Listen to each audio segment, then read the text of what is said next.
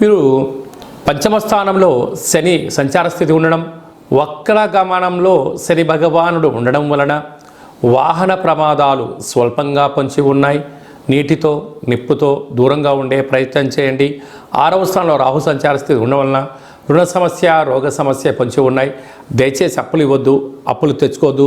అష్టమ స్థానంలో కుజ భగవానుడు సంచారం చేయడం వలన కుజదోష ప్రభావం కారణం వలన మీ జన్మ నక్షత్రం రోజున అమావాస్య అష్టమి తిథి ఎందున దూర ప్రయాణాలు, జల ప్రయాణాలు, దూరంగా ఉండడం, క్రయ విక్రయాలు, లావాదేవీలు, ఓర్పు, సహనం చాలా అవసరం అని చెప్పి మీరు గుర్తు పెట్టుకోగలగాలి.